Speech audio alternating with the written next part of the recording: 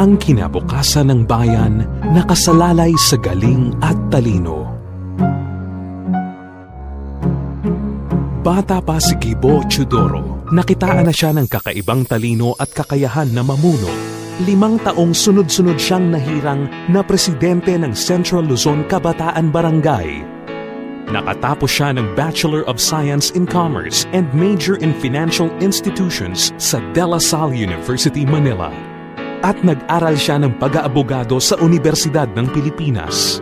Noon ding taon na yun, nanguna siya sa Philippine Bar Exams. At noong 1997, pumasa naman siya sa New York State Bar Examinations matapos siyang mag-aral sa Harvard Law School sa Massachusetts.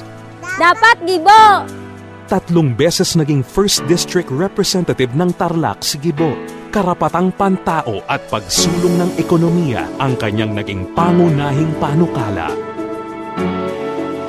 Siya ang naging Secretary ng Department of National Defense at ang pinakabatang nalagay sa pwesto.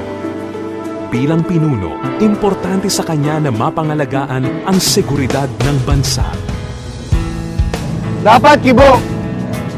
Paniniwala ni Gibo na ang kaunlaran ng industriya at ekonomiya ay nakasalalay sa makabagong ideya. Pangarap niya na magkaroon ng sapat na kaalaman at kakayahan ang bawat bata para sa pagsabak ng mga ito sa bagong galaw ng mundo. Naniniwala din si Gibo sa pagiging bukas ng gobyerno sa publiko para mawala ang korupsyon. Dapat, Gibo!